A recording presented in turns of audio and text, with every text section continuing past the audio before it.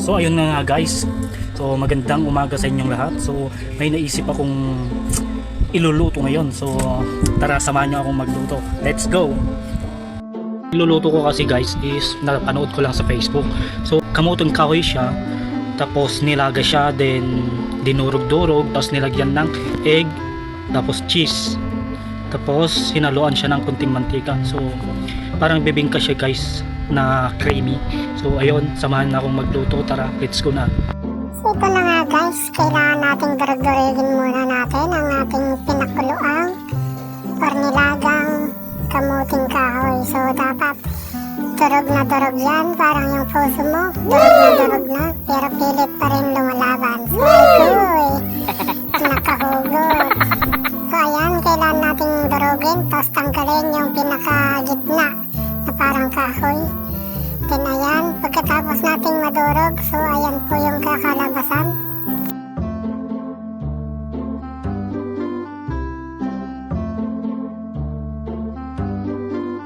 So ito na nga yung ating finished product na dinurog-durog na kamuting kahoy. Then haluan natin ng hidden cheese. Siyempre para masarap, hidden cheese ang ilalagay natin dito.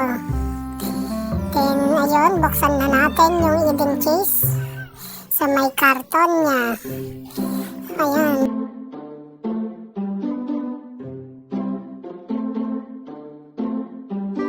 So lagyan natin ngayon ng cheese dito sa may dinurog-durog natin kamuting kahoy. So ayan, iguskus mo lang hanggang lumabas yung pinagkudkuran mo. So ayan. Katapos gudguran ng cheese, siyempre lagyan natin ng dalawang itlog. So ayan, bitagan na natin, ihalo natin. Ayan, dalawang itlog yung nilagay ko. Then halo-haloin, tapos lagyan ng kunting asukal. So ang nilagay ko dyan guys is 4 na scoop lamang. So dinagdagan ko pa ang aking cheese. So ayan, hinalo-halo ko siya hanggang mag-mixture yung nilagay kong cheese tapos asukal. Then iluluto na natin. So na guys, yung finished product natin hawalo. Tapos lagyan natin ng dahon ng saging, then mantika, then lagyan natin ng harina para hindi dumikit ang ating ilalagay. So ayan, maglalagay na tayo tag-isa. So ayan o, para hindi dumikit. So ayan, pinag-isa-isa ko. Ganyan lang kalalagay para mabilis maluto. So pagkatapos yan, so ito na guys yung ating finished product. So iluluto na po natin ito. So may 12 pala akong nagawa dito guys na cheese. So ayan, nakasalang na yung palayok natin, nakasalang na. So ayan siya, painitin muna natin. Then maglagay tayo ng mantika. So ayan na nga guys, paminit na. So ilalagay na natin ang mantika.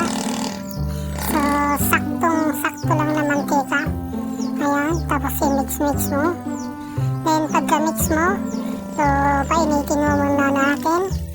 Then nilagay na natin ang ating finished product na nadurog na kamuting kahoy. Hintayin natin mag-golden brown.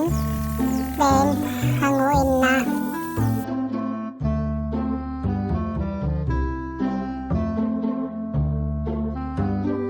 So ito na nga guys, so medyo golden brown na siya. So pwede na to ilagay sa malinis na palato. So ayan na nga guys ang finished product natin. So ayan, nilalagyan ko pa siya ng cheese sa ibabaw para maging creamy. So ayan, hindi pa ako nakontento dyan. Lalagyan ko pa ng cheese na ginadgad. So ayan guys, ang ating finished product na merienda mamayang hapon. So salamat guys sa inyong suporta.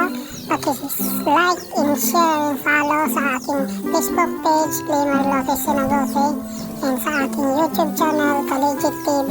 Maraming salamat guys. Ito na guys ang ating finished product na merienda bless guys.